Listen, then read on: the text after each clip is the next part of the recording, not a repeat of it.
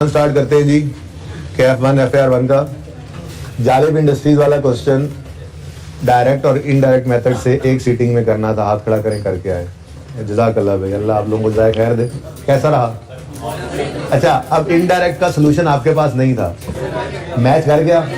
अब ये वो कॉन्फिडेंस है जो आपको आप खुद ही दे सकते थे। ये सवाल खुद से करके बगैर सोल्यूशन के, सोल्यूशन मौजूद था, सोल्यूशन मैंने शेयर कर दिया है ये साहब के साथ और आपको उम्मीद है अब तक पहुंच भी चुका होगा ग्रुप्स के अंदर। ऑनलाइन वालों के लिए मैं ये अपलोड कर दूंगा इसी लेक्चर के साथ, ठीक है जी। तो टेस्ट का सोल्यूशन ऑलरेडी आपको अवेलेबल था, कल इसको हमने डिस्कस भी कर लिया था, ठीक है जी। टेस्ट वाला क्वेश्चन भी तो था, सोल्यूशन था ना ऑलरेडी। अच्छा, कितने बच्चों ने दोनों को ही किया था ना, एक ही सीटिंग में कहा था, एक ही सीटिंग में दोनों किए, ओके। अच्छा, कितनी देर में हो गया था एक सवाल? ओके, 30 से 40 मिनट गुड इनफ। लेकिन इससे बेहतर होता अगर डिस्कशन वाला सवाल 30 मिनट तक, क्योंकि वैसे सवाल काफी ज्यादा, काफी सारी चीजें होती हैं, बहुत सारी चीजें बैलेंस करें तो 30 मिनट तो लग ही जाते हैं, ठीक है ना। तो 30 से 40 इज गुड इनफ, ठीक है। यानी कि आपने अच्छा खासा कुछ 1.25 घंटा लगा लिया है, माशाल्लाह, जबरदस्त।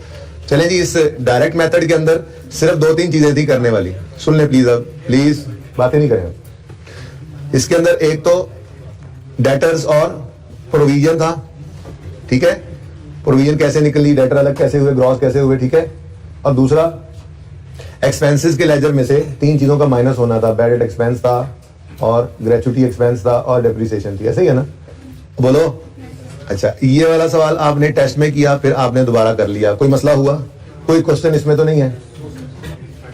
अच्छा जी, माजरत के साथ लाइट चली गई थी, तो मैं ये अर्ज कर रहा था कि आपको टेस्ट वाला डायरेक्ट मेथड करने में कोई मसला नहीं हुआ, क्लियर है।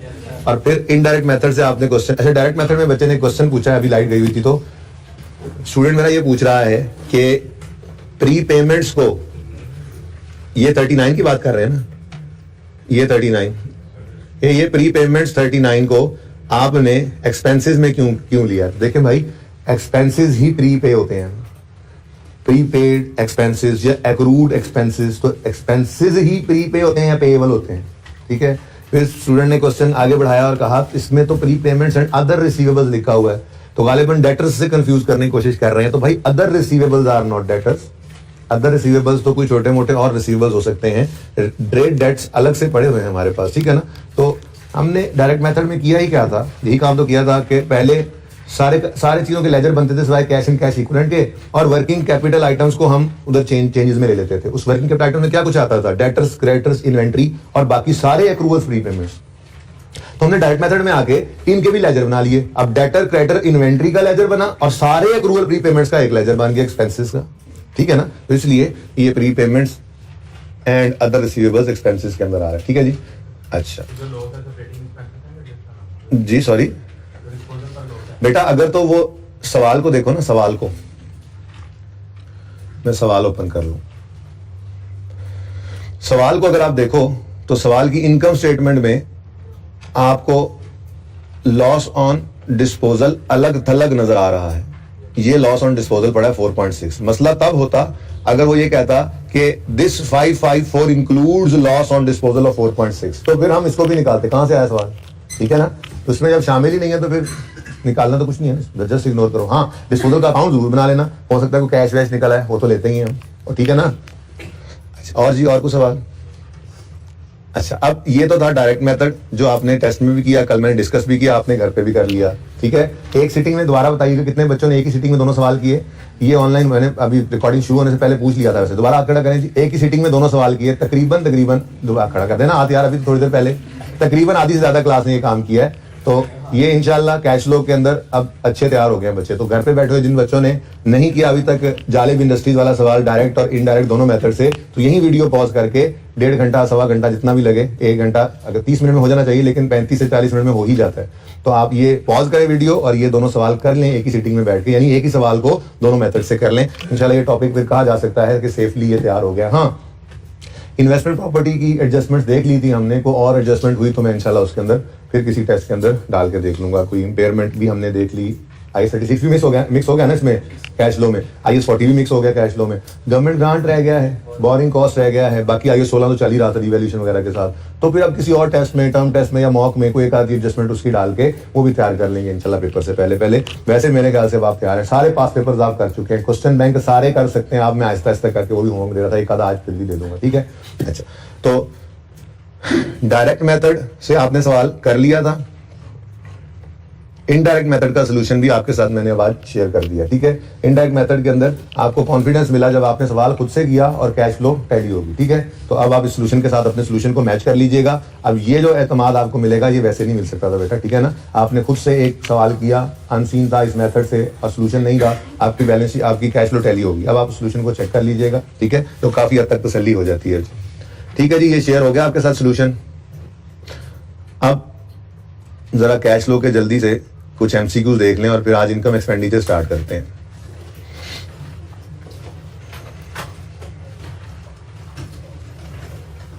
अच्छा जी, 20th पे हम पहुंचे हुए थे।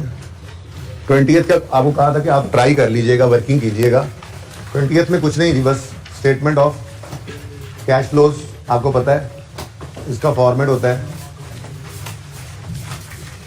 पीबीटी से हम स्टार्ट करते हैं, adjustment for non cash items आती हैं, फिर adjustment for working capital items आती हैं, और फिर ये एक कैश जनरेटेड फ्रॉम ऑपरेशंस निकल आते हैं। मैंने कहा था कि फॉर्मेट घर से पढ़ लीजिएगा, 2-3 बार तो पढ़ ही लेंगे आप। फॉर्मेट पढ़ा था जो पहले सफ़े के ऊपर है, डायरेक्ट मेथड का भी और इनडायरेक्ट मेथड का भी पढ़ लेना, आज पढ़ लेना जाके, ठीक है। तो ये फिगर जो होती है, ये फिगर, इसके बाद वो लेस करते थे हम interest paid, tax paid, dividend paid, warranty paid वगैरह, ठीक है ना जी। आपको मैंने कहा भी था कि इंटरेस्ट लोन लेना, उस पर इंटरेस्ट पे करना, ठीक है, या डिविडेंड पे करना, ये ऑपरेशंस का पार्ट नहीं होता। ये लोन की एग्जांपल ले लें, ठीक है। लोन लेकर इंटरेस्ट पे करना ये हमारे ऑपरेशंस का पार्ट नहीं होता। बस पैसों की कमी हो जाती है तो लोन लेके फिर उस पर इंटरेस्ट दे रहे होते हैं, ठीक है ना। तो इसलिए लिखा ऑपरेटिंग एक्टिविटीज में ही है इसको। ये कैश फ्लो के अंदर हमारी ऑपरेटिंग एक्टिविटीज की हेडिंग में सब कुछ आ रहा होता था, ठीक है जी। Operating activities, statement of cash flow लिखा है ऊपर मैंने, ठीक है। ऑपरेटिंग एक्टिविटीज में यहां पर आके cash flow from operating activities ए, ये जो हम लिखते थे यहाँ पर, आंसर तो वही ऑपरेटिंग एक्टिविटीज का होता था नेट में, लेकिन इन 3 से ऊपर कैश जनरेटेड फ्रॉम ऑपरेशन निकल आया करते हैं, ठीक है ना। बहरहाल ये फॉर्मेट हो गया। उसके बाद हमारी हेडिंग होती थी इन्वेस्टिंग एक्टिविटीज, 2-3 चीजें इसके अंदर आती थी, और फिर हमारा बी ये आ जाता था। फिर हम फाइनेंसिंग एक्टिविटीज लिखते थे, हेडिंग 2-3 चीजें इसके अंदर आती थी, और फिर इसका टोटल भी आ जाता था सी। फिर इन तीनों का टोटल हुआ करता था ए प्लस बी प्लस सी, इसको हम कहते थे जी नेट कैश फ्लोज। इसमें हम ऐड किया करते थे opening cash and cash equivalent, वो जो वर्किंग वन से आता था, ठीक है ना जी। और हम पहुंच जाया करते थे closing cash and cash equivalent. तो देखें अब ये एमसीक्यू करने के लिए आपकी इस टॉपिक पे कितनी ग्रिप चाहिए, ओके। अब उसने सवाल के अंदर रिक्वायर किया how much cash has been generated from operations, ये फिगर उसने मांग गया, ऊपर कुछ नहीं, सॉरी समझ ये, ठीक है जी। ऊपर वाली फिगर में से कोई चीज नहीं मांगी, ठीक है। अब डाटा क्या देता है, कहता है net cash inflows from financing activity, यानी कि यहाँ पर पॉजिटिव आना है 145, जो डाटा गिवन है लिखते जाए, ठीक है।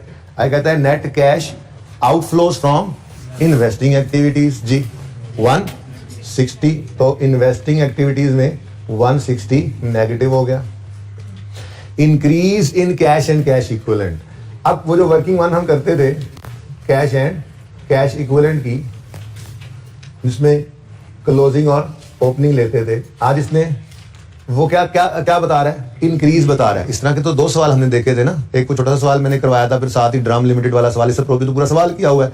वो कह रहा है इंक्रीज हुए कैश एंड कैश इक्विवेलेंट 24 से, तो कह सकते हैं 0 से 24 पे आ गए, 100 से 124 कह दें, 1000 से 1024 कह दें, याद आ रहा है। तो इंक्रीज शो करना है ओपनिंग से क्लोजिंग की तरफ, ठीक है। तो इसका मतलब हमारे पास opening cash and cash equivalent कितना है 0 और closing cash and cash equivalent कितना है 24।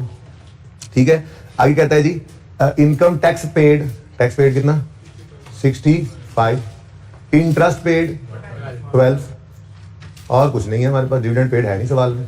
अब ये डाटा हमारे पास अवेलेबल है, यहां तक पहुंचना है। अब रिवर्स वर्किंग शुरू करते हैं। 24 में देखो वापस जाते हुए प्लस होने वाली चीजें माइनस होने चीजें प्लस करते चले जाएंगे ना। ठीक है, तो 24 में सिफर 24 ही आएगा भाई, 24 में से सिफर ऐड करें या लेस करें 24 ही आना है। ठीक है, उसके बाद अब 24 में माइनस करें 145 प्लस करें 160 पॉजिटिव। चेक कर लो अब एक बार जरा सही किया या नहीं किया। 39 माइनस 160 प्लस 145 24 ही आता है, ताकि पता लग जाए ना सही है। तो हमने पहला स्टेप क्या किया जी 39 को बैलेंसिंग निकाला, बल्कि यहां पे यूं कह ले पहला स्टेप क्या इस 24 को बैलेंसिंग निकाला, सिफर ही था ना। ठीक है, अब इधर से अभी चेक करने के लिए मैं कह रहा हूं 39 प्लस 145 माइनस 160 करो तो 24 ही आता है ना।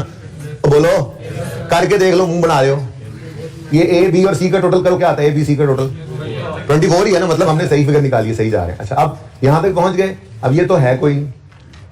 ठीक है, अब ये 39 में ऐड करो 65 ऐड करो 12 तो ये भी हमने निकाला बैलेंसिंग 116 और यही हमारी रिक्वायरमेंट थी, इससे ऊपर जाने की जरूरत नहीं है। ठीक है, चेक करें सोल्यूशन यही है तो सही है। अच्छा जी ओके जी 21 में कोई मसला है तो बताएं। 22 बताना आप नहीं है, वरना मैंने डिस्कस करना, पहले डिसाइड कर लिया। 22 21 A cash flow statement provides information that enables user to evaluate the change in net assets, financial structure, liquidity, solvency.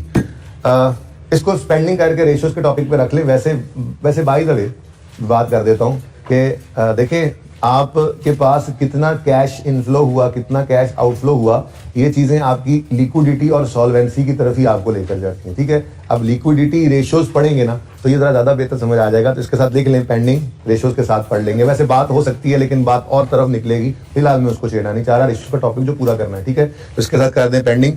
अभी इनकम एक्सपेंडिचर आज शुरू कर रहे हैं ना इंशाल्लाह, इसके बाद फिर ईपीएस या रेशियो शुरू करना ही है, देख लेंगे। ईपीएस शुरू कर लेंगे, रेशियोज एंड पे आएगा, लेकिन जब आएगा ये बात हो जाएगी क्लियर आपको।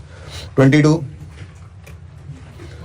daily purchases and employees cost comprise operating activities या इन्वेस्टिंग या फाइनेंसिंग या कैश ऑपरेटिंग है। सिंपल था, सिंपल वाले खुद ही बता दो। 23 में को मसला, 24 में 25 26 27 28 27वां। Cost of sales of Shah textile during the year was 100, opening inventory was 20, closing inventory was 28, opening trade payables were 5, closing trade payables were 9. What amount of cash was paid to suppliers? मेरा नहीं ख्याल ये करवाना चाहिए मुझे। Anyways कोई बात नहीं, अब चलें देख लें। फिर ये अच्छा 30 तक और कोई मसला तो नहीं है? 30 तक 29 में भी है। चलो फिर 30 के आगे फिर कल आखिरी 10 साल, ठीक है ना। आप फिर 27 कराता हूँ, 29 डिस्कस करता हूँ, उसके बाद भाई इनकम एक्सपेंडिचर भी शुरू करना है ना, पहला दिन है उसका। अच्छा वो क्या बता रहा है, मांग क्या रहा है, पहले ये बताओ मांग क्या रहा है। What amount of cash was paid to suppliers, यानी सबसे पहले तो क्रेडिटर के अकाउंट से फिगर आनी है, ये पता होना चाहिए, ठीक है जी। अच्छा अब वो क्या कह रहा है, कॉस्ट ऑफ सेल बता रहा है। कॉस्ट ऑफ सेल आती है इन्वेंट्री के लेजर में, तो ये दोनों लेजर बना लेते हैं। आपको पता ही है ये दोनों लेजर इकट्ठे ही बनते थे। आपने जब डायरेक्ट मेथड से सवाल शुरू किए करने तो इन्वेंट्री से अक्सर परचेज निकल के क्रेडिटर में जाती है और परचेज फिर उधर पहुंचने के बाद फिर कैश निकल रहा होता है। तो ये काम तो डायरेक्ट मेथड में हमने काफी दफा किया है। चलो बहरहाल cost of sales for Shah textile during the year was 100। Cost of sale inventory के लेजर में इस तरफ आया करती है, पता है ना कितनी, 100। आया कहता है opening inventory was 20, closing inventory was 28, opening trade payables were 5, closing trade payables were 9। हद होगी यार। अब opening closing cost of sale है तो यहां से क्या निकलेगा, परचेजेस। चलो क्रेडिटर असल में एंट्री होती थी, याद करो, इन्वेंट्री डेबिट कैश क्रेडिट या इन्वेंट्री डेबिट क्रेडिटर क्रेडिट। तो उधार वाली परचेजेस ही बनेगी ना, सवाल खामोश हो तो, ठीक है। तो क्रेडिटर बैलेंसिंग फिगर कितना जी 108। जो इसके अंदर आया करता था हम लिखते थे परचेजेस, बस वो परचेजेस की बजाय आज इन्वेंट्री बन रहा है तो इन्वेंट्री के अकाउंट से ये फिगर आ गई, ठीक है जी। इस वर्किंग से 108 आ गया। अब ओपनिंग है, परचेजेस हैं, क्लोजिंग है, तो कैश 104 आ गया। कौन सा ऑप्शन है सही? अच्छा बी ऑप्शन है, सही है। 28 में कोई मसला हो भी तो आप कोशिश करना। 29 इसमें मसला कह रहे हैं, gains and losses on disposal of PPE are classified as financing activities, operating activities या इन्वेस्टिंग एक्टिविटीज? डी में कहता है आइदर फाइनेंसिंग और operating depending on which method is used. हाँ भाई देखें, गेन या लॉस ऑन डिस्पोजल जो है ना, वो गेन लॉस कहाँ आता था? इन्वेस्टिंग एक्टिविटी में आता था। उसमें तो कैश रिसीव्ड ऑन डिस्पोजल आता है। क्या ख्याल है? अब यहां पे ऑपरेटिंग एक्टिविटीज लिखा हुआ है, गेन और लॉस ऑन पीपीई तो एडजस्टमेंट्स फॉर नॉन कैश में ही प्रेजेंट करते थे। बोलो, तो मेरे ख्याल में ऑपरेटिंग एक्टिविटीज कह देना सही है। हाँ, अगर वो यूं लिख देता, जैसे पहले भी एक एमसीक्यू करके आए हैं, वो यूं लिख देता sale proceed on disposal of equipment are classified as, तो हम कहते हैं इन्वेस्टिंग एक्टिविटीज। ठीक है ना? तो जो चीज जहां पे फॉर्मेट के अंदर पड़ी हुई है बस वहीं पे ओके। देखो, आप इंटरचेंजेबली बोल सकते हो कि जी ये गेन था तो इन्वेस्टिंग एक्टिविटी ही, कि एसेट बिका उससे फिर कैश आया, लेकिन अगर को ऑपरेटिंग एक्टिविटी में लिख दे तो गलत नहीं है, क्योंकि हम प्रेजेंट तो गेन या लॉस को कैश फ्लो स्टेटमेंट के अंदर ऑपरेटिंग एक्टिविटी में करते हैं ना। ठीक है? हाँ, गेन और लॉस दरअसल क्या है? दरअसल तो वो फिक्स एसेट ही बेचा है हमने, लेकिन इन्वेस्टिंग एक्टिविटी के अंदर हम उसका कैश लेकर जाते हैं। तो इन दोनों में से जो आंसर दे दें वो सही है, दोनों अपनी जगह पे सही होंगे। ठीक है ना? अच्छा, मुझे ज्यादा पसंद जो है ऑपरेटिंग एक्टिविटीज ही है इसका आंसर। अच्छा जी, हाँ भाई 30 में कोई मसला नहीं है ना? 31 से 40 तक अब इंशाल्लाह कल।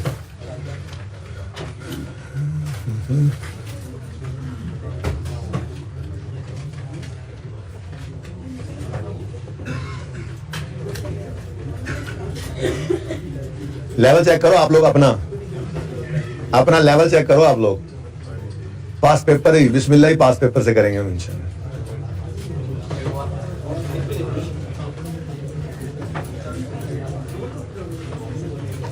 अच्छा जी, अपनी बुक्स का तो बाद में पेज नंबर 808 बाद में खोलिएगा, पहले थोड़ी सी गपशप लगा लेते हैं। ये मैं मिटा दूंगा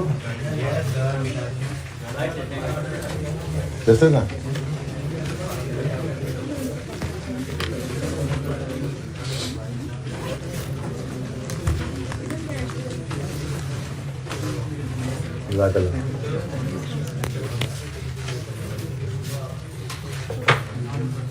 अच्छा जी, बचपन में आपने इंट्रो में पढ़ा होगा कि ऑर्गेनाइजेशंस दो तरह की होती हैं। ठीक है जी, एक होती है प्रॉफिट सीकिंग ऑर्गेनाइजेशन,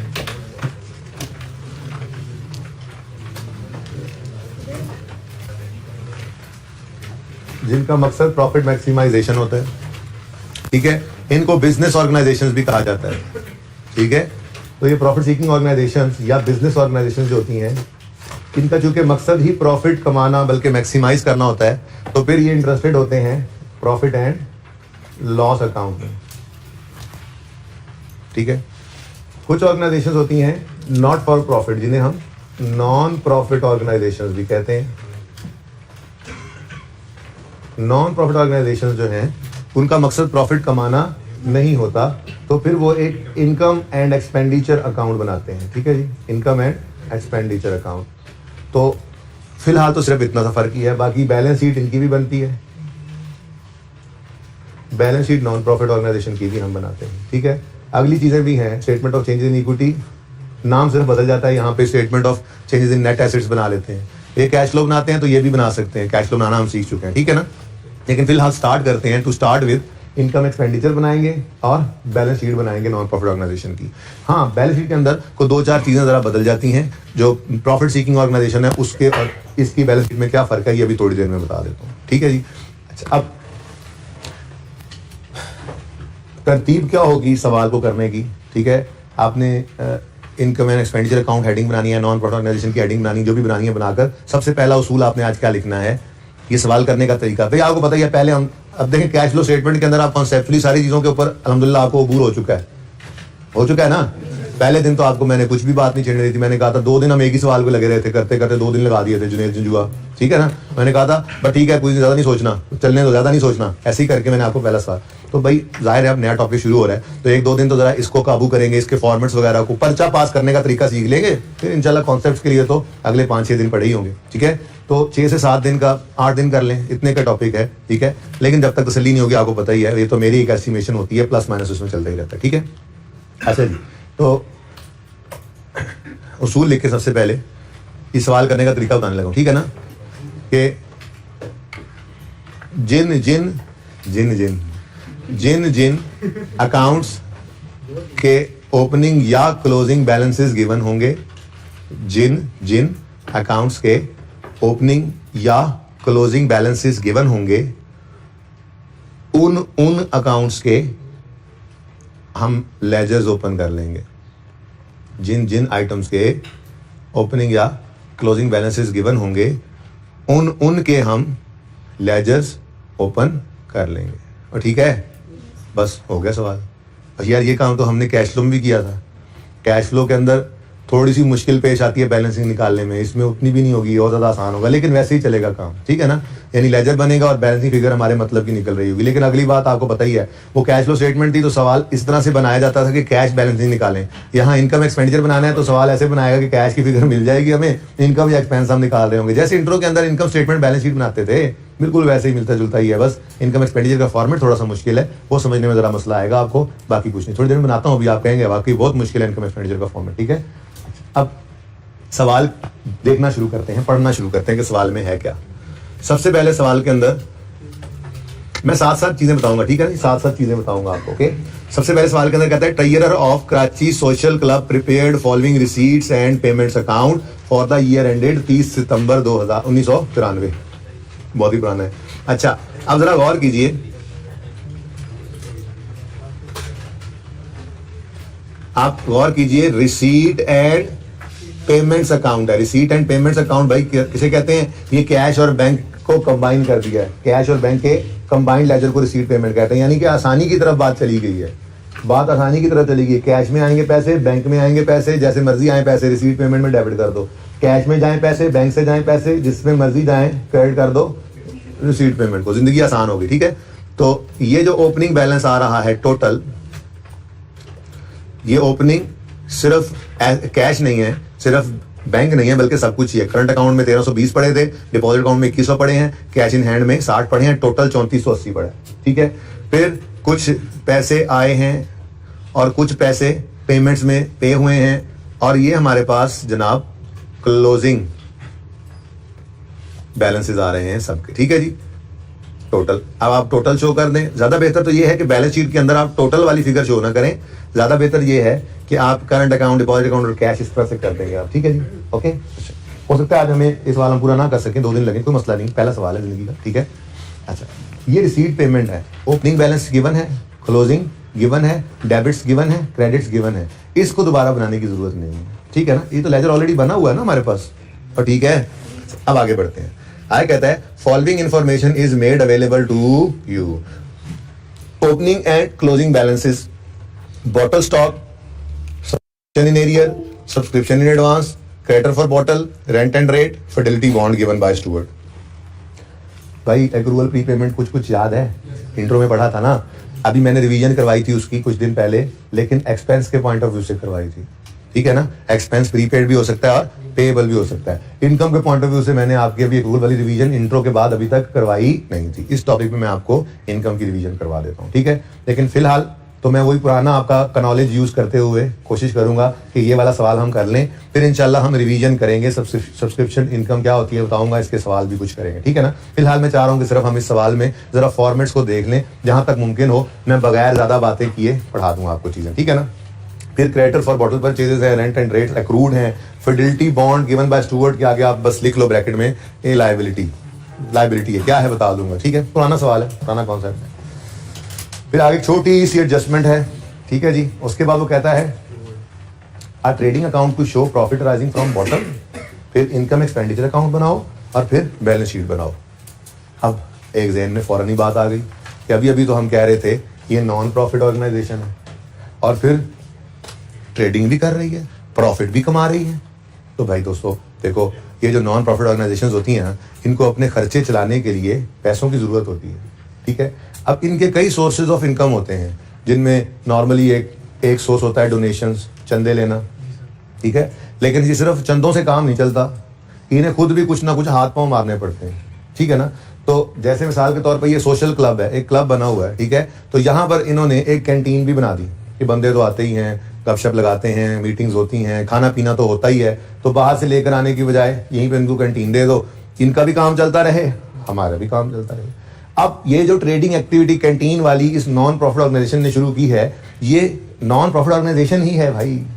ये उन्होंने जो ट्रेडिंग एक्टिविटी की है, इसका भी मकसद प्रॉफिट कमाना नहीं था, इसका भी मकसद दरअसल क्या है, इस नॉन प्रॉफिट ऑर्गेनाइजेशन को सपोर्ट करना, यानी जो इनकम इससे हो जाए उसको यूज कर लें एक्सपेंसेस मीट करने के लिए। तो बहुत सारे सोर्सेज ऑफ इनकम होते हैं नॉन प्रॉफिट ऑर्गेनाइजेशन के। जैसे मैंने आपको एग्जांपल दी, डोनेशंस होते हैं। मैंने आपको भी एग्जांपल दी, कोई ट्रेडिंग एक्टिविटी करना शुरू कर दें, कोई प्रॉफिट सीकिंग एक्टिविटी शुरू कर दें within non profit organisation to support non profit organisation, ठीक है। या सब्सक्रिप्शन भी एक मिसाल है, ठीक है ना। जैसे आप कुछ दोस्त मिलकर एक क्रिकेट की टीम बनाते हैं, ठीक है, तो वो 12-14 लोग भी नॉन प्रॉफिट ऑर्गेनाइजेशन ही बनी हुई है छोटी सी। अब वो खर्चे पूरे करने के लिए, बॉल्स के लिए, टेप्स के लिए, बैट के लिए क्या करते हैं, एंट्री इकट्ठी करते हैं, सब्सक्रिप्शन। तो नॉन प्रॉफिट ऑर्गेनाइजेशन भी जो है, ये प्रॉफिट कमाना तो मकसद नहीं होता, लेकिन अपने मेंबर से कुछ ना कुछ सब्सक्रिप्शन रिसीव करती हैं। वो इसलिए होता है कि उनके खर्चे होते हैं, वो खर्चे उन्होंने पूरे करने होते हैं। तो ये सारी बातें इंशाल्लाह आहिस्ता आहिस्ता ओपन होती चली जाएंगी। लेकिन हमारी तरतीब क्या होगी, सबसे पहले हम इनकम एक्सपेंडिचर का फॉर्मेट बनाया करेंगे, ठीक है। उसके बाद जिन के ओपनिंग क्लोजिंग, जिन के ओपनिंग या क्लोजिंग गिवन होंगे, उनके लेजर्स ओपन करेंगे और इंशाल्लाह सवाल हो जाया करेगा, ठीक है। अब प्लीज जरा 1 मिनट, पहली दफा है इसलिए साथ साथ नहीं, ओके, जरा देख लीजिए। नाम क्या है जी, कराची सोशल क्लब। देखें बेटा प्लीज, इस वक्त आपकी तवज्जो बहुत जरूरी है, क्योंकि ये इनकम एक्सपेंडिचर का फॉर्मेट बहुत टफ फॉर्मेट है। अगर आपने अभी ध्यान ना दिया तो फिर बात पकड़ में नहीं आएगी। तवज्जो, income and expenditure account, income and expenditure account, और ईयर एंड बता दो मुझे, फॉर द ईयर एंडेड 30 सितंबर 93। प्लीज आप सबकी तवज्जो, प्लीज प्लीज प्लीज, सब कुछ छोड़ दें, बहुत मुश्किल है ये फॉर्मेट, वरना समझ नहीं आएगा, बता रहा हूं मैं बार बार कह रहा हूं एक बार जी। कुछ इनकम्स होती हैं हमारी, बोले, और कुछ हमारे एक्सपेंसेस होते हैं। इनकम्स और एक्सपेंसेस का डिफरेंस लेकर या सरप्लस आ जाता है या डेफिसिट आ जाता है, ठीक है, लॉस नहीं, डेफिसिट। और ये फॉर्मेट है इनकम एक्सपेंडिचर। टफ था ना, इट वाज वेरी टफ, ठीक है जी। खत्म, फॉर्मेट खत्म। इनकम इधर ले लेंगे, एक्सपेंसेस इधर ले लेंगे, इन दोनों का डिफरेंस अगर इनकम ज्यादा हुई तो सरप्लस बैलेंस शीट में ऐड हो जाएगा, और इन दोनों का डिफरेंस अगर नेगेटिव आ गया तो डेफिसिट बैलेंस शीट में माइनस कर देंगे। किस में से माइनस करेंगे अभी देखते हैं, ठीक है। उफ, that was very tough. Okay, rupees में है सवाल, चलो रुपीस में ही रहने दो, समझ नहीं यार, तंग तो ना करो मुझे, 2 दिन लग जाने हैं ना याद करने में, ठीक है। ओके चलो कोई नहीं, अल्लाह तुम्हारा हामी और नासिर हो बेटा, ठीक है, ओके। अच्छा जी, उसके बाद आती है जी बैलेंस शीट।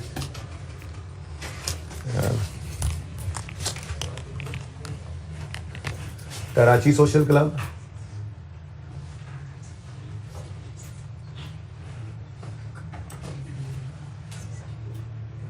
स्टेटमेंट, क्या नाम लिखा, statement of finance position, balance sheet, जो रिक्वायरमेंट बनो वही लिखते थे। बैलेंस शीट है एज ऑन 30 सितंबर।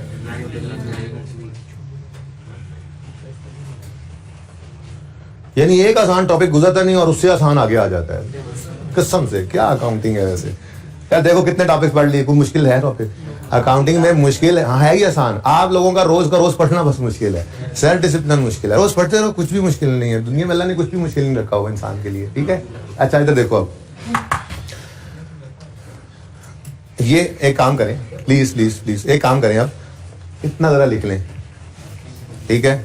एक सफे पे ये इनकम एक्सपेंडिचर में आ लेना ना, उसको वैसे खाली छोड़ दें। ये इसलिए कह रहा हूं मैं कि पूरा एक सफर रख लो इसके लिए, इसलिए कह रहा हूं क्योंकि मैं ना अभी कुछ चीजें लिखकर मिटाऊंगा। अच्छा चलो रुको, नहीं मिटाता, देखेंगे फिर बाद में। इधर देखें प्लीज, छोड़ कैंसिल, इधर देखें, अभी बिल्कुल भी नोट नहीं करना। हमें यहाँ पे क्या लिखा करते थे, इक्विटी एंड, बल्कि नहीं, आपने इक्विटी मुझे कैपिटल बचपन में जो सीखा था, कैपिटल एंड लायबिलिटी, ठीक है जी। कैपिटल ओनर्स लाते थे, याद है, सरमाया, कैपिटल ओनर लाते थे। नॉन प्रॉफिट ऑर्गेनाइजेशन का कोई ओनर नहीं होता, ठीक है, कोई ओनर नहीं होता, स्पॉन्सर्स होते हैं, ठीक है। और वो जो चीज भी लाते हैं वो फिर उनकी नहीं होती, ठीक है ना, वो फिर फंड है। वो क्या है? फंड है। जो 10-15 लोगों ने मिलके क्रिकेट टीम के लिए एंट्री जमा की, तो उसमें कोई एक ये नहीं कह सकता कि अब मेरी मिल्कियत है, ठीक है ना। वो बस अब एक फंड क्रिएट हो गया है, उससे बॉल्स आएंगी, टेप्स आएंगी, सब मिलके खेल रहे हैं, ठीक है। इसका मतलब पहला फर्क क्या आया कि कैपिटल का लफ्ज अब हमें नजर नहीं आया। कैपिटल तो होता है ओनर के घर से आने वाला पैसा। नॉन प्रॉफिट ऑर्गेनाइजेशन का कोई ओनर नहीं होता, स्पॉन्सर्स होते हैं और फिर उसको संभालते ट्रस्टीज हैं, ठीक है। तो यहां पर फंड्स एंड लायबिलिटीज आ जाएंगी, ठीक है जी, फंड्स एंड लायबिलिटीज, ठीक है। इसमें फिलहाल आज का दिन हम सिर्फ जनरल फंड ही रखते हैं, फिर आहिस्ता आहिस्ता स्पेसिफिक फंड्स को भी लाएंगे, ठीक है। अब एक मिनट प्लीज नहीं नोट करो ना यार। फंड्स एंड लायबिलिटीज में पहले मैं बात कर लेता हूं फंड्स की, ठीक है। अब फंड्स एंड लायबिलिटीज की हेडिंग में मिटाकर सिर्फ फंड्स लिखा रहने देता हूं, इजाजत है इस बात की। ये मैं कह रहा था कि आप हेडिंग बनाना फंड्स एंड लायबिलिटीज, जैसे करते थे कैपिटल एंड लायबिलिटीज, फिर करते थे capital opening capital plus net profit less drawing equal to closing capital, फिर लायबिलिटीज नॉन करंट करंट, ठीक है ना। तो पहली वाली हेडिंग क्या है, फंड्स एंड लायबिलिटीज, फिर क्या है जी, फंड्स, ठीक है। अब फंड्स में फिलहाल मैं बात करूंगा सिर्फ जनरल फंड की, ठीक है। अच्छा, जनरल फंड कैसे लिखना है ये भी मुश्किल नहीं है, हम नया कुछ सीखते नहीं, आपको बताइए, ठीक है ना।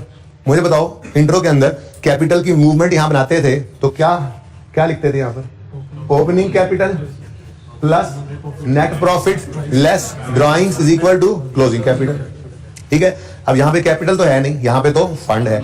जो पैसे इकट्ठे किए वो फंड में पड़े हैं, वो अमानत है, लोगों ने डोनेशन दिए हुए हैं, गरीबों का इलाज करने के लिए आपने अस्पताल बनाया हुआ है, तो फंड आपके पास अमानत है। पिछले साल जो खर्च नहीं हुआ वो आपके पास फंड पड़ा हुआ है, ठीक है ना। बस यहां पे ओपनिंग कैपिटल की बजाय क्या आ जाएगा, opening general fund, opening fund कह लो फिलहाल, ठीक है जी, ओपनिंग फंड, ठीक है। फिर इस साल कुछ इनकम्स हुई, बड़े डोनेशंस आए, बड़ी सब्सक्रिप्शन आई, ठीक है, लोगों ने बड़े खुल के एहतियात किए, कुछ एक्सपेंसेस भी हुए हमारे, नेट में हमारे पास सरप्लस आ गया। इस पीरियड में जो इनकम्स हुई और जो खर्चे हुए, नेट में कुछ पैसे बच गए, तो वो पैसे कहां, घर ले जाएं। हाँ, यहां से कुछ भी घर लेकर नहीं जाना, ड्राइंग का कोई कॉन्सेप्ट नहीं है यहाँ पे, ठीक है। यहाँ पे सब कुछ अमानत है लोगों की, तो जो पैसे बच गए उसको भी उठाकर फंड में डाल दो, प्लस सरप्लस।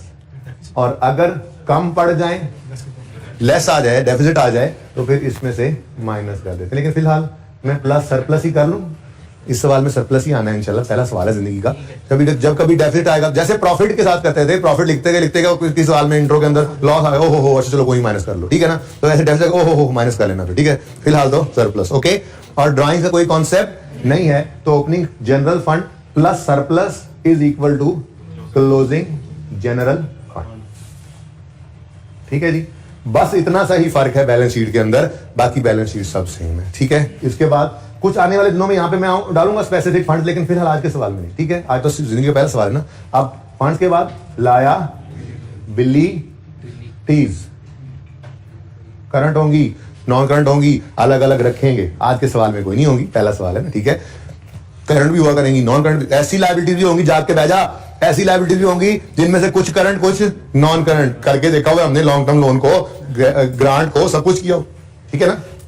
अच्छा, उसके बाद फिर एक नजर मान लो, क्रेडिटर्स हैं, सब्सक्रिप्शन है, फिडेलिटी बॉन्ड है, कोई एक आधी चीज और, ठीक है। अच्छा जी, उसके बाद क्या है जी, एसेट्स आते थे। एसेट्स में आपको पता है नॉन करंट एसेट्स भी आते थे और फिर करंट एसेट्स भी आते थे। तो नॉन करंट एसेट भी खैर से अल्हम्दुलिल्लाह हमारे सवाल में है ही कोई नहीं, और फिर करंट एसेट पहला सवाल है ना। तो लो भाई, बैलेंस शीट में सिर्फ इतना सा फर्क आया और इनकम स्टेटमेंट को रिप्लेस किया एक ऐसे फॉर्मेट ने जिसको देख के दिल गार्डन गार्डन हो गया कि ये भी कोई फॉर्मेट है, ठीक है। तो ये है जी हमारा format income and expenditure account का, और बैलेंस शीट भी इस नॉन प्रॉफिट ऑर्गेनाइजेशन के हमारे सामने है। जितना को फर्क है वो आपने देख लिया। तो एक इजी टॉपिक खत्म नहीं कर जाते अभी, दूसरा इजी टॉपिक शुरू हो जाता है, ऐसे ही है ना भाई। आप पास पेपर्स कर रहे हैं, अब ऐसे ना कहें आप आईके के पास पेपर्स, मैंने तो कोई पर्दा कभी नहीं रखा। मैं तो इवन करंट अटेम्प्ट को भी आपको टेस्ट में दे देता हूं, जिसमें आपको कहा था कि वो मेरा भी टेस्ट होता है, मैं उसका सोल्यूशन पहली बार आपके टेस्ट देने के बाद बनाता हूं। तो ये तो चलो शुरू किया ना, आसान सवाल से शुरू करते हैं, ठीक है। लेकिन आप लोग ने अभी जितने टॉपिक्स किए हैं आपने खुद देखा है कि किसी सवाल को मैंने ये नहीं कहा यार ये मुश्किल कह के या कुछ ऐसे करके रिवीजन में कर लेंगे या बाद में कर लेंगे, क्या जरूरत है, बस तैयार है जब सारा तो सारा कुछ कर ले तो सही है। आप लोग पढ़ते रहेंगे तो मसला कोई नहीं होगा, ठीक है। यहाँ पे कोई मसला तो इतना फॉर्मेट बनाना है, बनाए फिर बस एक सफे पे, ये आप खुद जगह खुली डुली छोड़ना, लाइबिलिटी के लिए 5-6 लाइनें छोड़ देना और बाकी आधा सफा एसेट्स के लिए खाली, ठीक है ना। इनकम एक्सपेंडिचर के लिए एक सफा खाली और तीसरे सफे से वर्किंग शुरू करेंगे हम, ठीक है, जल्दी करें।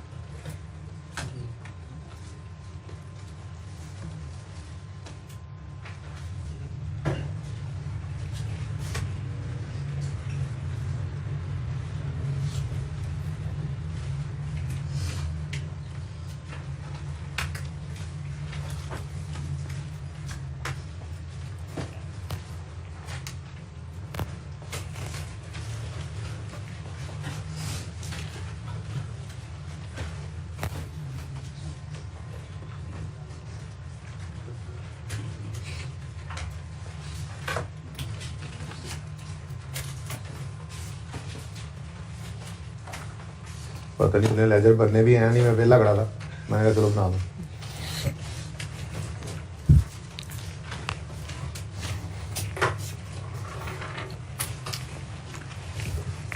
जान दे उस्ताद, कर ले काम यार, बात चुप कर दे। नकल करने का दिल कर रहा है, खुद बनाओ, क्या मुश्किल थी इसमें।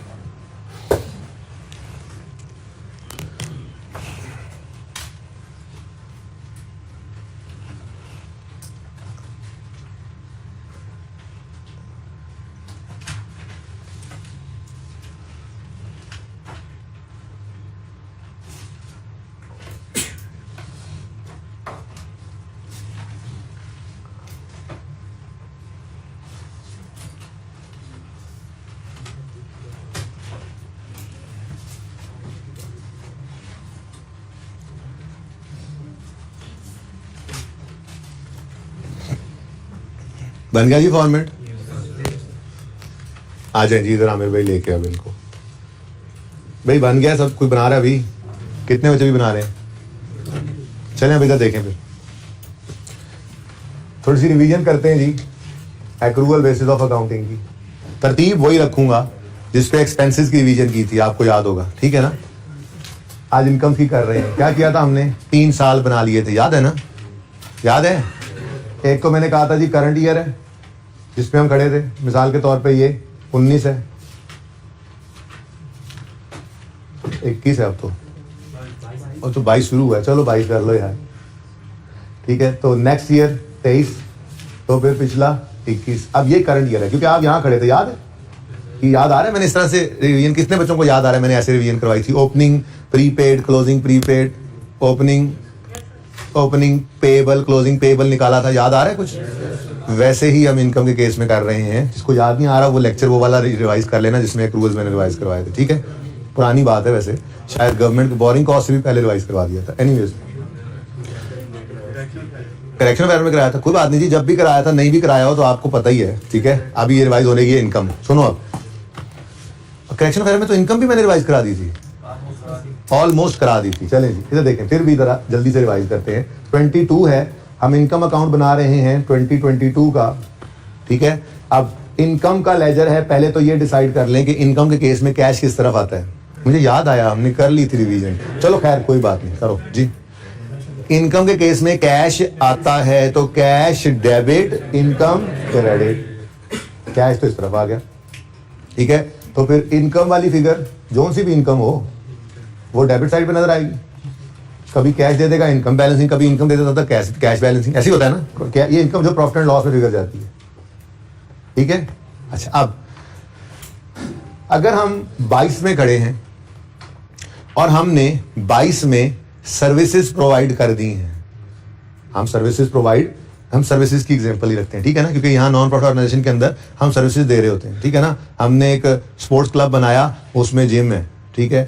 अब हम थोड़ी सी सब्सक्रिप्शन लेते हैं, ठीक है, प्रॉफिट नहीं कमा रहे, हमने तो इस सोसाइटी के अंदर लोगों की सेहत अच्छी रहे इसके लिए ये स्पोर्ट्स क्लब बनाया, लेकिन कुछ पैसे लिए जाते हैं क्योंकि एक्सपेंसेस भी तो मीट करने हैं ना नॉन प्रॉफिट ऑर्गेनाइजेशन के, ठीक है। तो बिल्कुल तो फ्री ऑफ कॉस्ट नहीं ना, ठीक है। अच्छा, कुछ जैसे अस्पताल होते हैं तो कुछ लोग फ्री ऑफ कॉस्ट गरीब इलाज करवाते हैं, जो ज़्यादा गरीब नहीं होते वो कुछ खर्चा करते हैं, और जो साहिब हैसियत लोग होते हैं वो पूरे पैसे लगा के भी इलाज करा रहे होते हैं, ठीक है। खर्चे भी तो पूरे करने नॉन प्रॉफिट ऑर्गेनाइजेशन के, ठीक है ना। अच्छा, तो सर्विसेज की बात ही करते हैं कि हमने अगर जिम बनाया हुआ है तो भाई बंदे आके मशीनें उठा के थोड़े ले जाते हैं, बंदे आते हैं जिम में वर्जिश करते हैं, उस वर्जिश करने के पैसे में वो जो हमने सर्विस दी और चले जाते हैं, ठीक है ना। तो सर्विसेज की एग्जांपल ध्यान में रखते हैं। हमने 22 में सर्विसेज दे दी लेकिन हमें अभी पैसे रिसीव नहीं हुए, क्या है ये, रिसीवेबल है। जैसे हम गुड्स बेच दें पैसे रिसीव ना हो तो ये क्या था, रिसीवेबल। ऐसे ही सर्विसेज दे ली, अभी पैसे रिसीव नहीं हुए तो ये क्या है, रिसीवेबल। तो इसका मतलब अगर सर्विसेज आर प्रोवाइडेड इन 2022 लेकिन cash will be received in 2023, तो फिर क्लोजिंग में हमारे पास ये रिसीवेबल इनकम हो गई, ठीक है जी, सही है।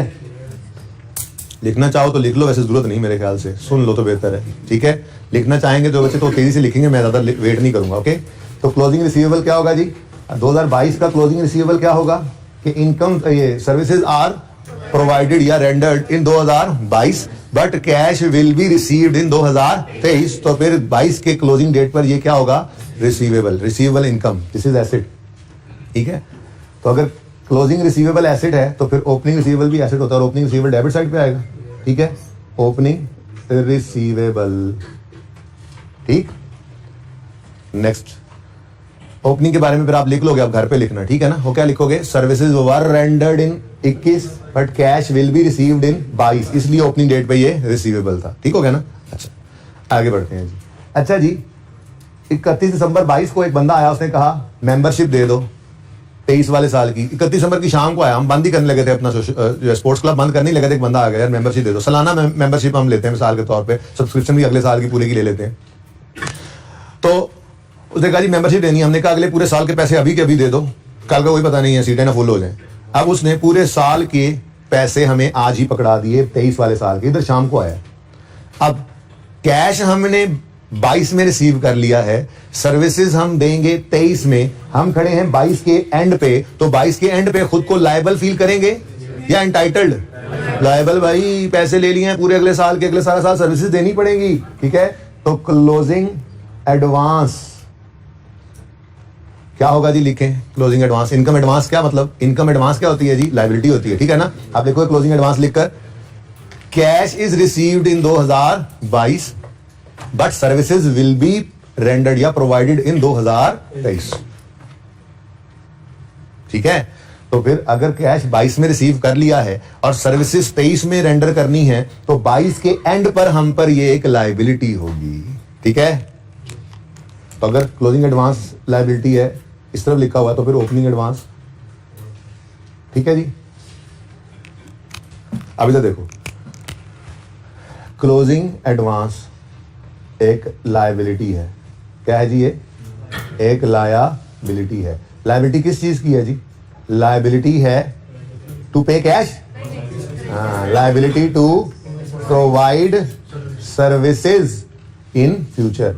ऐसे ही मैंने ना एक्सपेंस का लेजर बना के आपको बताया था, क्लोजिंग पेएबल में liability to pay cash in future, और क्लोजिंग रिसीवेबल में वो प्रीपेड के अंदर लिखवाया था क्या है जी, right to receive services in future, ऐसी बात ही लिखवाई थी वहां पे। जरा रिवाइज करना उसको जाके, जो मैंने एक्रूवल्स की आपको थोड़ी सी रिवीजन कराई थी, पर वो सिर्फ एक्सपेंसेस के पॉइंट ऑफ व्यू से थी, इनकम यहाँ पे करवानी थी। मैंने कहा जरा अलग अलग कर लेंगे, ज्यादा बोझ भी नहीं पड़ेगा, ठीक है।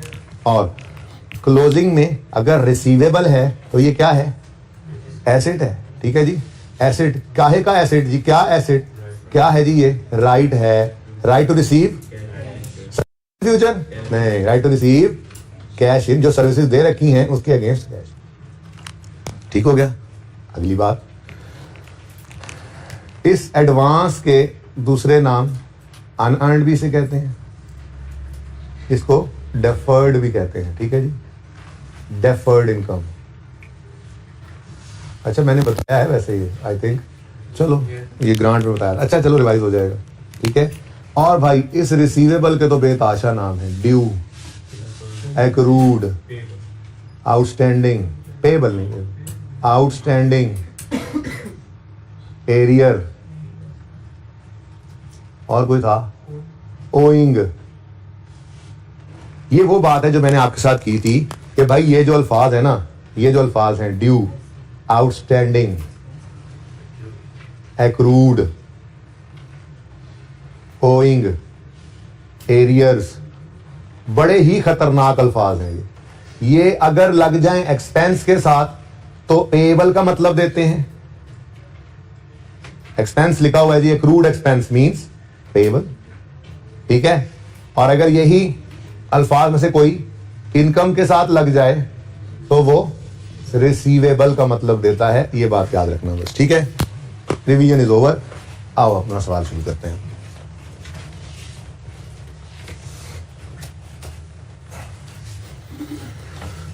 भाई वो नोट करने के लिए जरा 1 मिनट तो लगाना था बच्चों ने, अगर नोट करना ऑनलाइन वालों ने। ये हमने रिवीजन किया जी एक्रूवल की, यहां से यहां तक, ठीक है भाई। आपको नजर नहीं आ रहा, थोड़ा सा इधर होके बैठा करो ना यार, ये 3 से आगे मत बैठा करो, मैंने मना किया काफ़ी दफ़ा। जगह भी होती है, पहली रो में 3, दूसरी में 4, उससे ऑनवर्ड ज़्यादा बैठा करो। जब जगह नहीं हो तो फिर मजबूरी है, फिर मैं भी लिखते हुए एहतियात करूँ ना, ठीक है। अभी तो थोड़ी बहुत गुंजाइश होती है। चलें जी, शुरू करें सवाल। वो मैं नहीं मिटाता, अभी तो देखो। अच्छा जी, रिसीट और पेमेंट का भी ओपनिंग क्लोजिंग अवेलेबल है, ठीक है। तो भूल ना जाओ कहीं, इसलिए ये बात याद है थोड़ी बहुत इंट्रो के अंदर कि अगर कैपिटल मिसिंग हो तो वो किसी तरह से निकल सकता है। हमारी अकाउंटिंग इक्वेशन क्या होती है जी? एसेट्स इक्वल होते हैं कैपिटल प्लस लायबिलिटीज के। अच्छा, अब ये इक्वेशन किसी भी दिन खड़े होकर आपको, ये फिगर इक्वेशन ये किसी भी दिन खड़े होकर आप निकाल सकते हैं ना। यानी अगर आप क्लोजिंग एसेट्स निकालना चाहें तो closing capital plus closing liabilities कर दें, आप ओपनिंग करना चाहें तो ओपनिंग कर लें।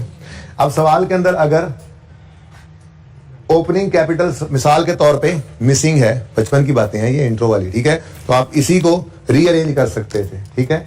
इसी इक्वेशन को क्या कर सकते हैं आप? रीअरेंज, ठीक है। आप अगर ओपनिंग कैपिटल फाइंड करना चाहें तो आप क्या कहेंगे?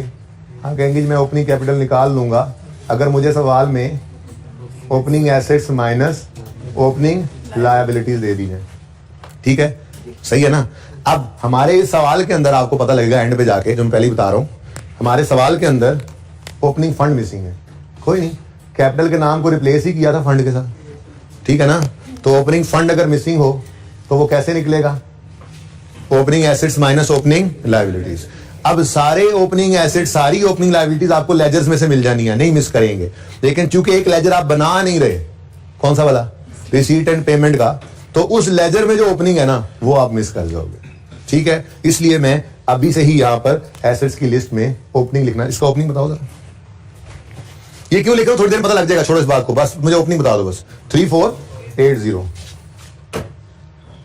यहां क्यों लिखा, ये कौन सी वर्किंग है, नंबर क्या देंगे, जब जरूरत पड़ेगी तब की तब देखेंगे यार, ठीक है ना। अभी छोड़ो इसको, ओके। अच्छा चलो, हाँ वापस आ जाओ। ओपनिंग, असल में मैं ये कह रहा हूं कि जिनके ओपनिंग क्लोजिंग गिवन है उनके लेजर्स ओपन करो। ये लेजर ओपन नहीं करना तो भूल ना जाओ, इसका क्लोजिंग कहां जाता है? बैलेंस शीट में। कैश है, बैंक है, बैलेंस शीट में नहीं जाना, तो लिख देते हैं जाके, कहीं भूल ना जाए हम, अभी से लिख देते हैं जी। डिपॉजिट अकाउंट बोलो, डिपॉजिट अकाउंट कितना? 400, आगे क्या लिखा हुआ है? Current account 60। कोई गलती हुई ना, कोई गलती आपको की एडजस्टमेंट होगी तो कोई बात नहीं, यहां से काट देंगे, ब्रैकेट में लिख देंगे, एडजस्टमेंट कर लेंगे, क्या मसला है। लेकिन मैं फिलहाल आपको कंप्लीटनेस इंश्योर करने का तरीका बता रहा हूं कि अगर रिसीट पेमेंट आपने नहीं ना बनाना तो फिर पता है, पक्की बात है, आप भूल जाओगे। जब आप क्लोजिंग बैलेंस लिख रहे होगे ना तो सारा सवाल यहाँ लेजर पड़ा होगा, यहां से क्लोजिंग उठा के लिख दोगे और वो भूल जाओगे, तो नंबर मुफ्त के रहना जाए, इसलिए मैंने कहा पहले ही कर देता हूं, ठीक है जी। कैश इन हैंड है कितना? 30, ठीक है। अब मुझे ये तसल्ली हो गई कि मैंने ये ओपनिंग जहां पहुंचाना था वहां पहुंचा दिया है, ये क्लोजिंग जहां पहुंचाना था वहां पहुंचा दिया है। एडजस्टमेंट करनी पड़ी तो सही कर लेंगे, कोई मसला नहीं, ठीक है। चलो भाई सवाल शुरू करते हैं। जिन के मैंने कहा था ओपनिंग क्लोजिंग हो उनके लेजर्स ओपन कर लें, सिवाय आप रिसीट पेमेंट, क्योंकि वो तो उन्होंने खुद ही बनाकर दे दिया है, तो पागल थोड़े ही हैं, ओके, हम पागल थोड़े ही हैं। शुरू करें जी। बॉटल स्टॉक, ये क्या? अच्छा, मतलब ये कोई बोतलें शोतलें, सोशल क्लब है, और उसमें जैसे स्पोर्ट्स क्लब में आप लोग जाते थे, ठीक है। अब पानी की बोतल भी नहीं मिलती, जूस भी नहीं मिलता, यहाँ बरकत मार्केट के पास खोल दिया उन्होंने स्पोर्ट्स क्लब, ठीक है। अब आप जब वो खेल कूद के निकलते थे तो पानी के लिए बरकत मार्केट, जूस के लिए बरकत मार्केट, तो इन्होंने सोचा क्यों ना यहीं पे एक खोखा लगा दें, ठीक है। वहीं पे कुछ पानी की बोतलें, कुछ जूस के डिब्बे वगैरह रख दिए जाएं। बात समझ रहे? एक बंदा स्पोर्ट्स क्लब से निकल रहे, अल्लाह के बंदो। अच्छा, अब उस खोखे में एक बंदा खड़ा करना है बस, ठीक है, जिसको स्टूवर्ड कहा जाता है, ठीक है। वो खोखे पे खड़ा होगा, आपके कोई मेहमान आ गए, कोई दोस्त आ गए, आप खुद निकले एक्सरसाइज करके, पानी की बोतल ले ली, जूस पीना है, वहां से पी लिया, तो वो खोखा वहीं पे खुला हुआ है। ये ट्रेडिंग एक्टिविटी हो रही है within non profit organisation. बहुत सारी बातें आपको थोड़ी हजम हो रही होंगी, कोई मसला नहीं, थोड़ी हजम होने दें, खैर है, पहला दिन है, ओके। आगे 6-7 दिन हमने करना है ये टॉपिक अभी, ओके। अच्छा, तो बॉटल का स्टॉक है, कोई नहीं मसला, इन्वेंट्री का लेजर बनाना सीखा हुआ है हमने। स्टॉक इन्वेंट्री एक ही बात है ना, किसका स्टॉक है जी? बॉटल्स का स्टॉक। हाँ जी, ओपनिंग बताओ भाई, साथ साथ नहीं प्लीज, 1 मिनट जरा मुझे बैलेंस पहले लिखो, मैं टाइम दूंगा। Opening 1630, closing 1850। ठीक हो गया जी।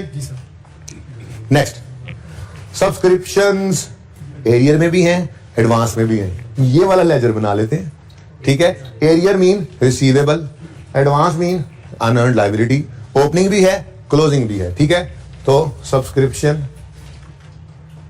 होता है, हम एक्सपेंस या इनकम का लेजर बनाते हैं और उसी के अंदर ही फिर रिसीवेबल या अनअर्न्ड निकल आएगा, ठीक है ना। अब सवाल से देख के बताओ, आगे भी सवाल से देखना है हमने। सब्सक्रिप्शन इन एरियर, ये ध्यान से देख लो, ये ओपनिंग है, ये क्लोजिंग है, ये ना हो, ये ध्यान से देख लेना, सारा सवाल ओपनिंग क्लोजिंग क्लोजिंग ओपनिंग बन जाए। अच्छा जी, तो सब्सक्रिप्शन इन एरियर 770 और 620। सब्सक्रिप्शन एक्सपेंस तब होता है जब हम किसी को सब्सक्रिप्शन दे रहे होते, चंदा ये इनकम है। एरियर, ठीक है, सब्सक्रिप्शन इन एडवांस या एरियर, और उससे बड़ी बात रिसीट पेमेंट में सब्सक्रिप्शन रिसीव होती नजर आ रही है। और सबसे बड़ी बात, नॉन प्रॉफिट ऑर्गेनाइजेशन है जिसका एक बड़ा सोर्स ऑफ इनकम है ये सब्सक्रिप्शन, ठीक है। हाँ, अगर कोई पेमेंट साइट पे सब्सक्रिप्शन आप पे कर रहे हो किसी मैगजीन वगैरह की, तो वो एक्सपेंस होगा, ठीक है। अच्छा जी, अब ओपनिंग रिसीवेबल पूरा नहीं लिखना, ये एरिया नहीं, ब्रॉड डाउन लिख दो ना एसेट साइड पे। बोलो कितना ओपनिंग? 7, क्लोजिंग 620। आगे क्या आ रहा है भाई? सब्सक्रिप्शन एडवांस, लो जी, दो बैलेंस एक ही लेजर में आ जाएंगे, ठीक है। एडवांस मतलब लायबिलिटी, अनअर्न्ड जी, ओपनिंग 250 और 310 बन गया लेजर, ठीक है। सारे ओपनिंग क्लोजिंग एक बार, ठीक है। नेक्स्ट, क्रेडिटर्स फॉर बोतलें, तो क्रेडिटर्स फॉर बोतलें यहां पे लिख लेते हैं। अच्छा इधर देखो, बड़े मजे की बात है, थोड़ी देर पहले आप लोगों ने एक एमसीक्यू पूछा था, जज़ाकल्लाह, उसमें भी तो यही हुआ था। इन्वेंटरी, क्रेडिटर्स, याद आ रहा है? वही काम हो रहा है, ठीक है। सब काम ऐसे ही, कुछ नया हम नया नहीं काम जी। क्रेडिट फॉर बोतल कितने है जी? ओपनिंग 1330 है, लायबिलिटी है, ध्यान रख लेना, क्रेडिटर इधर ना ओपनिंग लिख लेना जी। Opening 1330, closing 1150। नेक्स्ट क्या है? Rent and rates payable, accrued. अब ये देखो, एक्रूड एक्सपेंस के साथ लगा तो पेएबल, ये एक्रूड इनकम के साथ लगा होता ना, ऊपर यहां लिखा होता ना सब्सक्रिप्शन एक्रूड, तो वो इनकम थी, ठीक है ना। वो पेएबल नहीं, रिसीवेबल का मतलब देती है, और ये एक्सपेंस के साथ है तो पेएबल का मतलब देती है। बड़े खतरनाक अल्फाज है, इसलिए मैंने अलग से लिख दिए, ओके। बड़ा हासा आ रहा है पान तो, क्या लतीफा सुनाया साथ वाले ने या मैंने सुनाया लतीफा तुम्हें? जी क्या है जी?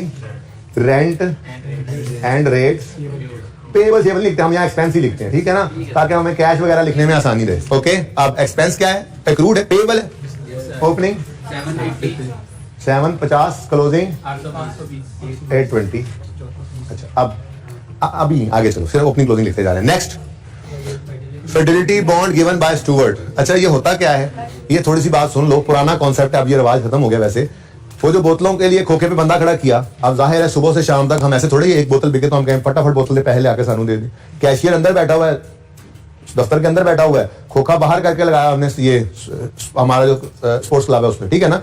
अब ऐसे थोड़ा ही है कोई एक बोतल बेचे, एक जूस बेचे, वो भागा भागा आया, थोड़ा पैसे पाए फिर भाग जाए, ऐसा तो नहीं होता। क्या होगा? हम कहेंगे यार सारा दिन करो सेल्स, दिन के एंड पे या कभी कभी हफ्ते के एंड पे होता है, लेकिन नॉर्मली दिन के एंड पे ऐसा करो, सारा कैश उठा के लाके हमें दे देना, ठीक है। लेकिन बहरहाल दिन के अंदर एक अच्छी खासी कंसिडरेशन इकट्ठी हो ही जाती है, ठीक है ना। तो उसके लिए फिर कंपनीज ऐसा क्या करती थी कि बंदा वाकिफ नहीं है तो वो अंदाजा ही लगाते थे कि कितने को कैश इसके पास आ जाएगा। मिसाल के तौर पर कहते हैं कि 2-3 हज़ार की सेल हो जाती है दिन की, तो उन्होंने कहा ठीक है यार तुम 2,000 रुपये हमारे पास एज अ सिक्योरिटी जमा करा दो, ठीक है, ये हमारे पास तुम्हारी अमानत है, कल को तुम भाग जाओ तो कुछ हमारे पास भी तो हो। हाँ, जब नौकरी छोड़ोगे तो ये अमानत है, ये हम तुम्हें वापस कर देंगे, ठीक है ना। तो ये पुराना कॉन्सेप्ट है। बहरहाल Fidelity bond given by steward, steward ने बॉन्ड दिया हुआ है, पुरानी सी लायबिलिटी आ रही है, 200 ही ओपनिंग है, 200 ही क्लोजिंग है। मैं तो लेजर बनाना भी पसंद नहीं कर रहा, ठीक है, लेकिन चलो लिखा हुआ उन्होंने तो मैं लिख देता हूँ।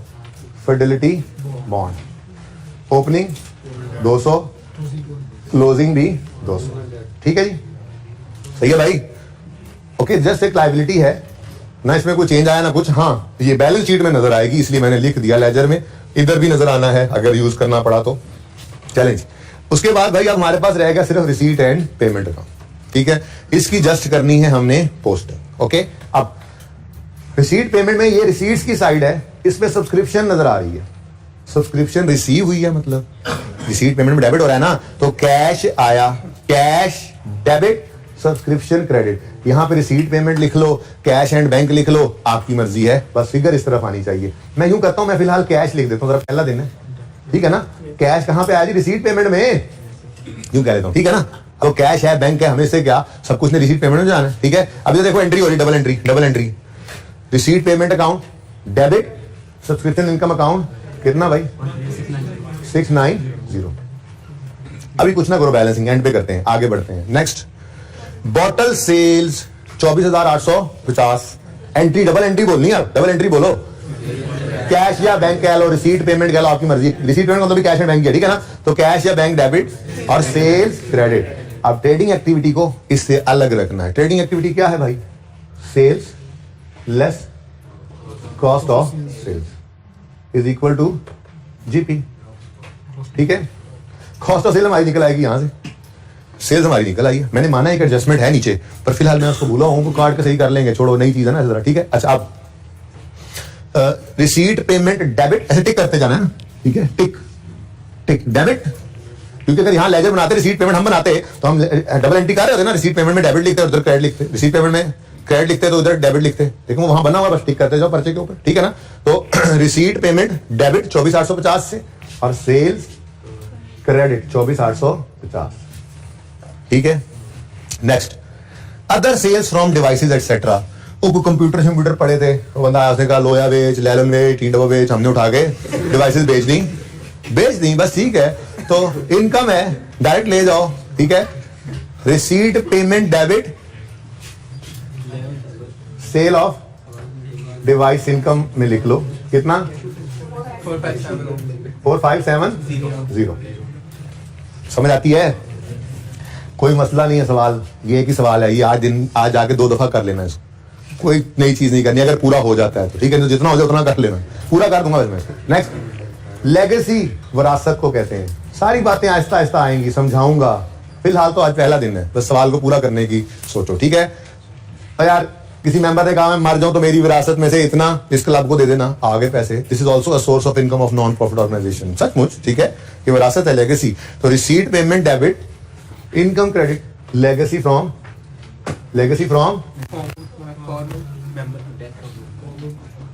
जी कितना 2,000 रुपया उसने कहा था मेरी विरासत में से, इस अस्पताल मिसाल के तौर पे था, ठीक है, इसको दे देना, गरीबों के इलाज होता है, ठीक है, सदका जारिया बनेगा। बैंक में डिपॉजिट करा रखा है पैसा इन्होंने, उस पर इंटरेस्ट आया, जस्ट इन इनकम, ठीक है। तो जिस इनकम या एक्सपेंस का, उसूली बात, जिस इनकम या एक्सपेंस का यहाँ लेजर बना होगा उसको लेजर में लेके आएंगे, और जिसका लेजर नहीं होगा ओपनिंग क्लोजिंग वाला डायरेक्ट ले जाएंगे। 12 बार पीर बताई, ठीक है जी। तो पिंडी वाले को बैठा हुआ, अच्छा बाहर नैरो नहर, लोहारा लेकर 12 बार पीर बताई, सर नैरो नहर, हम तो नैरो नहर आ जाएंगे यार। अच्छा चलो भाई, तो क्या हुआ जी? Receipt payment debit, receipt payment 420 आपका अपना नंबर है, receipt payment debit, income credit, bank deposit income, ये जो भी लिखा होता है, चलो खैर एक ही बात, ठीक हो गया जी। रिसीट पेमेंट सारी ओके है। रिसीट साइड, पेमेंट साइड पे आते हैं, यही पहला है ना, जरा नजर नहीं आ रहा, मैं हिला नहीं रहा, सारा कुछ ठीक हुआ। 12,230 है, यही है ना भाई, सबसे ऊपर यही है, बस इसके ऊपर तो कुछ नहीं है। चलो, तो 12,230 है पेमेंट फॉर बॉटल परचेजेस, ठीक है। तो एक स्टार लगा के ना इस पे एक असूली बात लिख लो। इनकम एक्सपेंडिचर के टॉपिक में, इनकम एक्सपेंडिचर के टॉपिक में अगर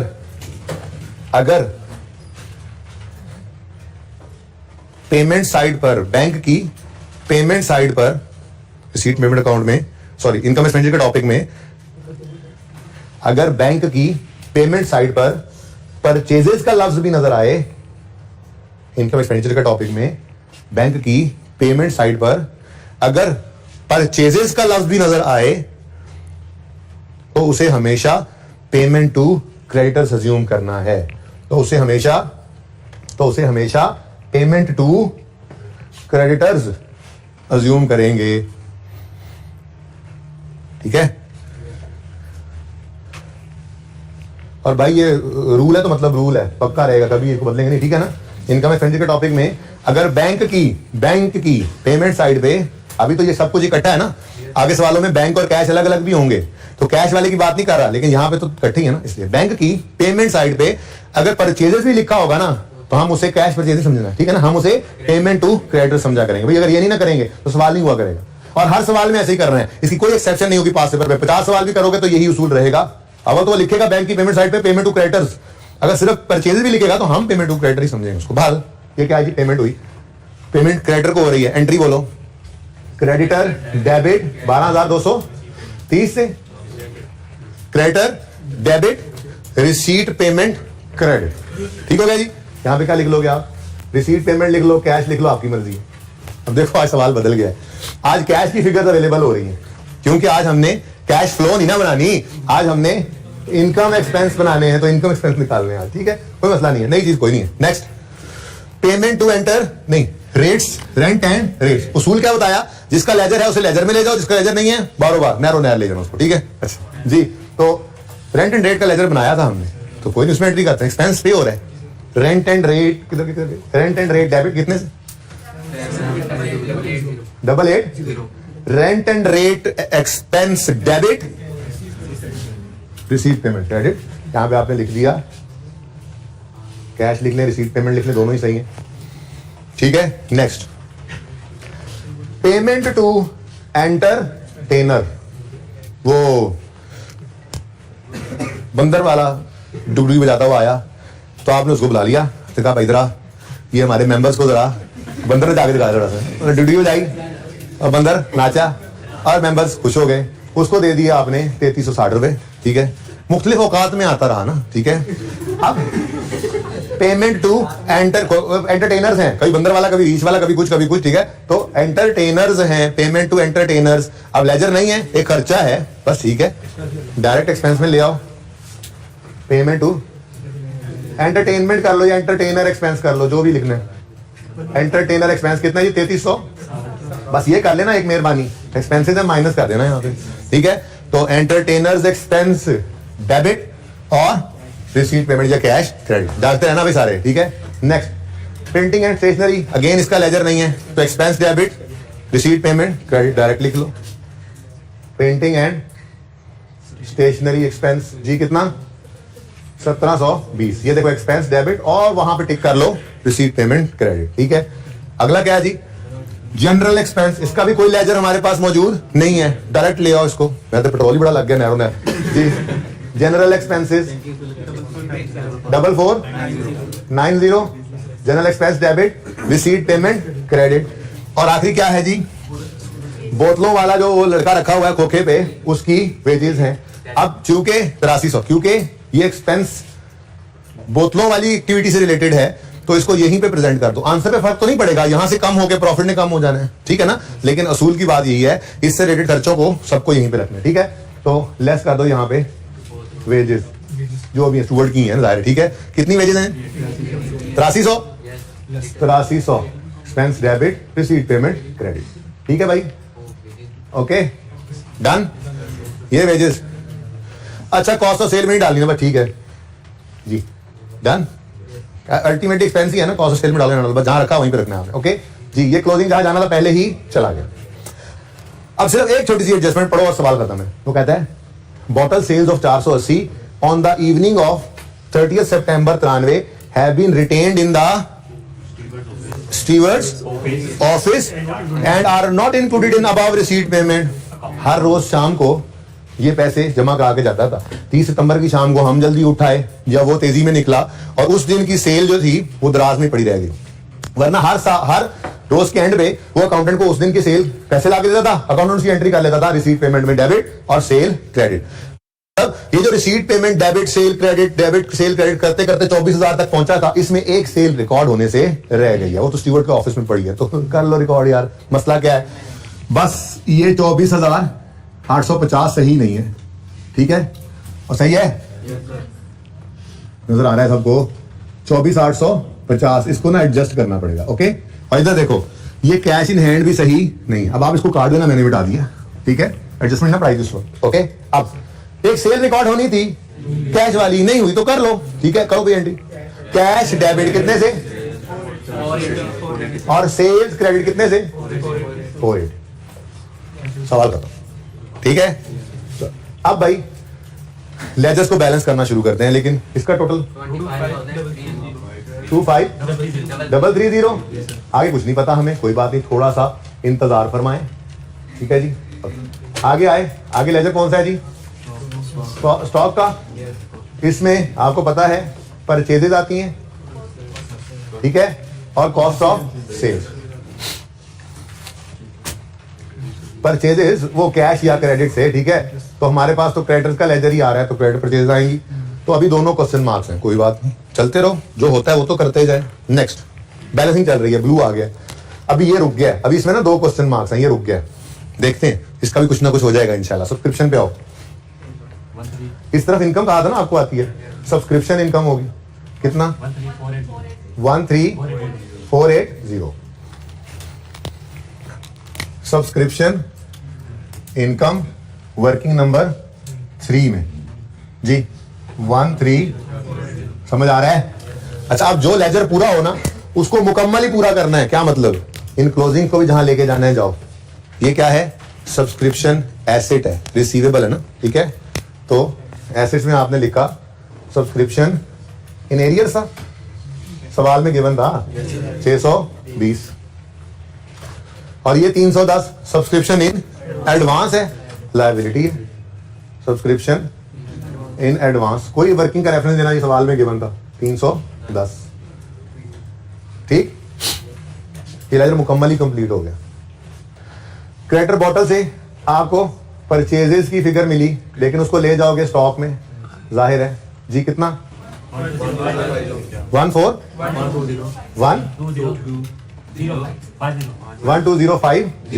ले आओ इधर, 12050 वर्किंग 4 से आया, बैलेंसिंग कॉस्ट ऑफ सेल 11800, लो भाई काम हो गए सारे, 11830 यहां ले जाओ, वर्किंग 2 में से, ठीक है, बाद में उसको देखते हैं। ये स्टॉक मुकम्मल हो गया ना, ये स्टॉक ले जाओ इधर, भूल ना जाना, स्टॉक ऑफ, जो लेजर बैलेंस हो ना उसको तोड़ कर छड़ के आना, मतलब उसका जो इनकम एक्सपेंडिचर जाना है वो भी बैंक हो, जो बैलेंस, वरना भूल गए तो मुफ्त के नंबर ऐसे ही सब कुछ पड़ा हुआ है, मुफ्त के नंबर न रह जाए, ठीक है जी। कितना? 1850, ठीक है, ये भी डन, ये भी डन, ये भी डन। ये ना भूल जाओ क्रेडिटर बॉटल कितना? 1150। मुश्किल नहीं है, काम 2 दफा घर पे आज करोगे काबू में आ जाएगा। मेरी सजेशन है ये सवाल 2 दफा कर लेना, ताकि बेसिक सवाल पे काबू आ जाए, ताकि कल से हम फिर अच्छे अच्छे कॉन्सेप्ट मुश्किल भी करते जाएं इसके अंदर, तो सिर्फ वो नया कॉन्सेप्ट सीख रहे हो या बेस में ना फंसे हुए हो। ओके जी। नेक्स्ट है जी रेंट एंड रेट। इसमें देखो रेंट एंड रेट एक्सपेंस की फिगर ही रहती थी, बैलेंसिंग इस तरफ ही आता है ना, एक्सपेंस कितना? 7950, ये इनकम एक्सपेंडिचर में ले जाओ। Rent and rate working number कौन सा है? कितना बताया अभी? 50, और घर छोड़ना है इसको, क्या मतलब? क्लोजिंग 820 क्या है? लायबिलिटी है, एसेट है, लायबिलिटी। एरिया एक्रूड था ना, तो रेंट एंड रेट्स एक्रूड कितना भाई? 820। फिडेलिटी बॉन्ड, इसमें से कुछ निकला नहीं, बस ये 200 ना भूल जाना। फिडेलिटी बॉन्ड एक लायबिलिटी तो है ना भाई, उसमें चेंज नहीं आया, सारी ऐसी बात है ना। चलो हुन रहने उनकी 2 मिनट रह गए, और बस ये, और तो लेजर बनने ही कोई नहीं, ठीक है। अब सिर्फ एक चीज रह गई है, 13500 आते हैं, 13500, 8300 माइनस करो। अच्छा, अब अगर देखो इधर लॉस आता तो एक्सपेंसेस में लिख देते, प्रॉफिट आ गया इनकम में लिख देंगे, ठीक है। तो profit from trading working number 1 लाजमी अलग रखना है, कभी भी इधर नहीं लाना। कितना भाई? 52, ठीक हो गया। सारे बैलेंसेस सब कुछ ओके। एक दफा इसका टोटल कर दो,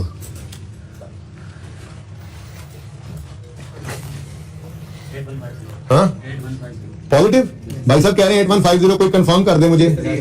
सही कर दिया इसने। ये क्या आ गया जी? सरप्लस या डेफिसिट? सरप्लस, ठीक है जी। 8150 इनकम ज्यादा है एक्सपेंसेस से, ये 8150 यहां पे आकर ऐड हो गया, ठीक है ना। अब ओपनिंग फंड सिर्फ कोई नहीं है, बाकी सवाल सारा हो गया। ये भी 510 है, तो इसकी तैयारी ओपनिंग फंड की मैंने यहां पे ओपन की थी, ठीक है। वर्किंग नंबर 7 कर लो। ओपनिंग एसेट्स में से ओपनिंग लायबिलिटीज को माइनस करना है। कोई जरूरत नहीं है कहीं जाने की सवाल में, हमारे पास मौजूद है सब कुछ यहां पे। देखो ओपनिंग में रेड एसेट है, ये एसेट है, ये लायबिलिटी है, लायबिलिटी है, लायबिलिटी है, लायबिलिटी है। ये रेड से बाहर कुछ भी नहीं है। जो रेड से बाहर था मैंने सवाल से पहले ही लिख दिया था, भूल जा सकते थे, यहां भूल जाते। आप देखो ओपनिंग ले रहे होते, रिसीट पेमेंट बनाया नहीं है, भूल जाते, ठीक है ना। तो पहले ही मैंने इसलिए रिसीट पेमेंट वाला बैलेंस लिख दिया था, ठीक है। अब 1 बाय 1 बताते जाओ। सबसे पहले क्या आ रहा है जी, स्टॉक ऑफ बॉटल्स एसेट है 1630, इधर लिखो। Opening opening subscription in arrear वाला 770 एसेट है, 770 एसेट्स में लिखो। आगे 250 लायबिलिटी वाला है, इधर लिखना है, इधर लिख लो। ये देखो आमने सामने लिखना है, लिख लो, कोई मसला नहीं है, टोटली करना है। समझ रहे हो? सिर्फ ओपनिंग नहीं समझ आ रही तुम्हें? तुम्हें समझ में आ रहा है? तुम आगे पीछे हो जाओ। नेक्स्ट 250 1330 क्रेडिटर्स है, लायबिलिटी है 1330। Next rent rate payable liability है 750। Next Fidelity bond payable liability है 200। बस ये ऐसे ही मैंने अलग अलग किए, इकट्ठा भी रख सकते थे आप। बहरहाल ये एसेट्स का टोटल बताओ क्या है, 5। ये कैलकुलेटर पे भी कर सकते थे आप, 5880, ये समझाने के लिए किया। लायबिलिटीज का टोटल 2530। इन दो डिफरेंस, इनका डिफरेंस लोगे तो 33। सही है। ये क्या आ गया, ओपनिंग फंड। बैलेंसिंग निकाला आपने, बैलेंसिंग, ठीक है ना। ये हमने, तो ये सब कैलकुलेटर पे हुआ करेगा, बल्कि आइंदा से ब्रैकेट में हुआ करेगा। ये वर्किंग नहीं बनेगी आइंदा, तो मैं समझाने के लिए आपको बता दिया, ठीक है। तो 3350 वर्किंग आज है, वर्किंग 7 है। 3350 ऐड करो 8150 11500। ओके 11500 ऐड हो गया। ये सब ऐड करके लायबिलिटीज 14010 बोलो, चेक कर देना यार, हमें ना टाइम हो गया थे। ऊपर वाला 14010 ही है। सोल्यूशन ओपन करके देख ले साथ साथ, टाइम कम है ना।